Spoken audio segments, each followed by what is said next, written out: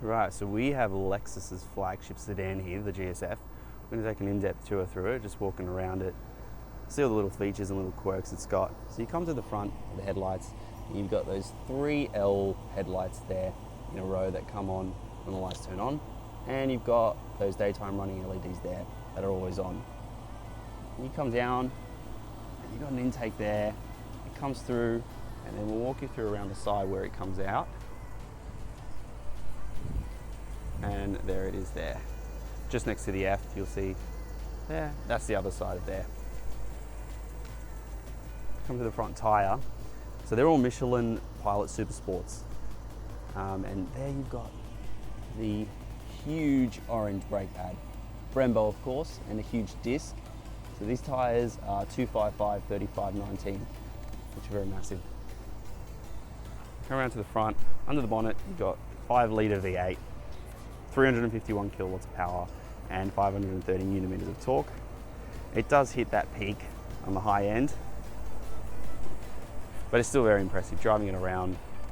If you're in sport mode or sport plus mode, that's sort of where you're going to get the most fun, where it holds the gears much higher, and then as soon as you hit that 4,000 or 5,000 mark, it just roars. You go to the back tyre, Michelin Pilot Super Sport, smaller pad and disc. The front do a lot of the stopping for you, and you've got 275, 35, 19. So 2 centimeters wider, obviously because it's rear wheel drive, so you're going to get wider tyres at the back, that's a given. Then we come to the back of this thing, very square. So that plastic little spoiler, it's a carbon fiber reinforced plastic, something along those lines. Carbon fiber, CFRS, RP, CFRP, something like that. They got an acronym for it, probably got it. So it's not completely carbon fiber, but I mean, it looks like it, so I guess that's all that matters. And the rear lights here, the usual L there. I like how they go around, makes it look cool. And you come down to the infamous F diagonal exhaust, quad tip exhaust there. Not the biggest, but you got 4 of them and they're diagonal, so it's cool anyway. And then you got a little bit of a diffuser, I would say, very, very slight, but it's there. Let's take a look at the inside of the back. All right, now we're going to take a look at the inside of the back. Could be a little bit more spacious, to be honest. There's not an awful lot of room for your legs, but I'm sure put that seat far enough forward, it would be good. And you've got all the little holes here for the heated seats at the back, so the back ones are heated, only the left and the right, because the middle one, as you can see, it's quite plain. It is a bit firm as well, so it's not as comfortable, the middle one. The left ones though, super comfy. The semi-aniline, I don't know how you say it, semi-aniline leather. It is actually really, really comfy, and it's a good compromise between, you know, sporty bucket seats and super comfy leather seats. I do like the front, how they have the buckety sort of design to it, but they still have the comfortableness of the leather. And then you come down here, and this is super cool.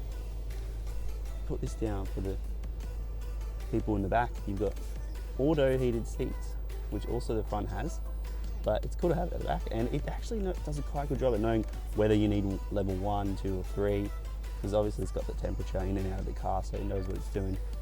That changes the channel folder, mode. Okay, you can change whether you want aux or AM or FM. Now that might annoy the people at the front if they're controlling the stereo, because this changes the whole stereo for the car, obviously. And you've got the volume, and you can see the display at the front is changing as we're doing this. And then change track. This changes the sunshade that is at the back. It's going up now, and you can do that from the front as well. And then obviously, because this has tri-zone climate, you can do the climate for the back here. Put it on auto, 24, just keep it on off. And this comes up as well. So really cool. It's very luxurious to have that at the back. And on the other seat, similar sort of spacing. I put my chair a fair bit back, so you would have a bit more room in the real world of a normal, non-lanky driver. Let's take a look at this side. digital chair changing. And you have this very nice seats. I really like it. Super comfortable to sit in for a long time. Overall really good. So I can sit in, we're going in. All right, there is, don't mind this cable, that's the dash cam. 12.3 inch display, which is huge, but no CarPlay. And it's controlled by this, so let me go down, weird little mouse thing, which can get so frustrating. 12.3 inches controlling by this. I mean, I get that it's a bit far and you can't reach it. Touchscreen as you're driving. I get that, but still, just bring it a bit forward. You've got some space there and chuck it in. And, ooh, a bit of a twitch there. Then you come here, dual climate, left and right. So Mark Levinson premium sound, you've got 17 speakers and 840 watts, I believe it is. So the sound is incredible. It sounds unreal. The bass is super thumpy, your mids are clear, your trebles are great. It's a great sound system, as you would expect from 150k luxury car. So then you come down here and you got your auto heated seats again. So now, oh no, I'm not on auto. Change that one. All right, now I'm on auto. So auto now, it says, all right, it's relatively cold. We're gonna put level 1 of the heating. And then you go, that's cooled as well, if you want cooled, but let's go back to auto. Because auto's working well so far for me. You got some bottle holders there, which have a little clippy thing. There's your gear stick, and then there's your drive modes, but we'll get to that when we go to the driver's side. Let's walk around to the driver's side. Close that. Anything else you want to see? And into the driver's side. Alright. Oh, alright. So you have a, I believe 5-inch digital instrument cluster. So your middle one there is all digital. And on the right, that's analog with your little speedo. And the digital one will, I'll give a bit of a rev. It goes up digitally, which is really cool. Little yellow bar there.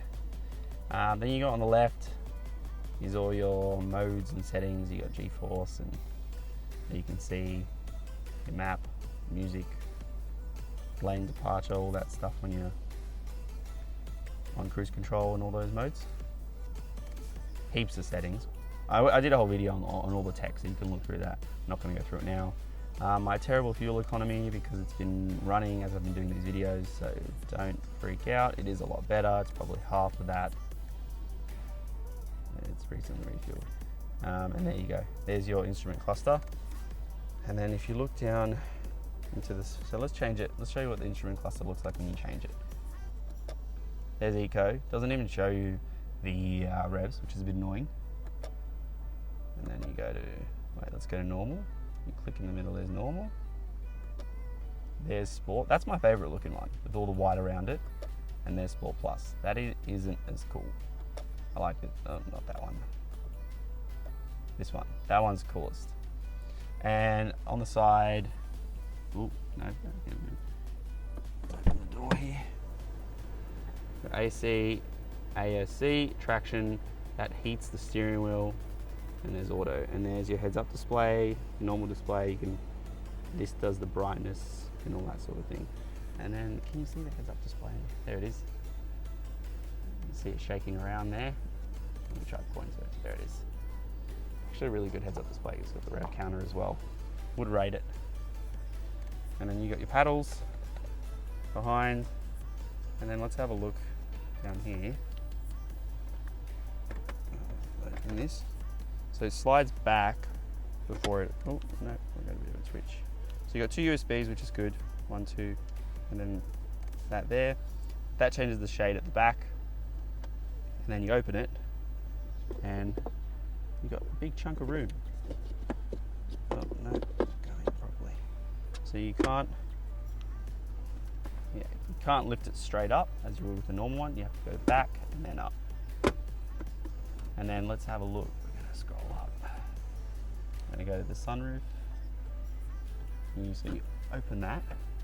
And I like this option here. You can go up and down, which is cool if you don't want to open it completely, because sometimes the other ones you got to touch it, open, and then stop just to keep it up. But yeah, let's open it. There you go. And close it in one touch. There you go. So overall, it's really, really luxurious. Let's see. Let's have a look at the. Sorry, this gimbal was going a bit crazy today, so apologies for that. So there's your rear shade that you can control from here. It goes up and down. I'm going to keep it down. There are your rear seats, super comfy. It is a big car, so you're going to be very comfortable in it. You can still feel the size of it when you're driving it, but it's not to the extent that it would ruin performance excessively. A little bit, given that it is a sort of luxurious Grand Tourer, I would call it, but it's still very good. And here we are.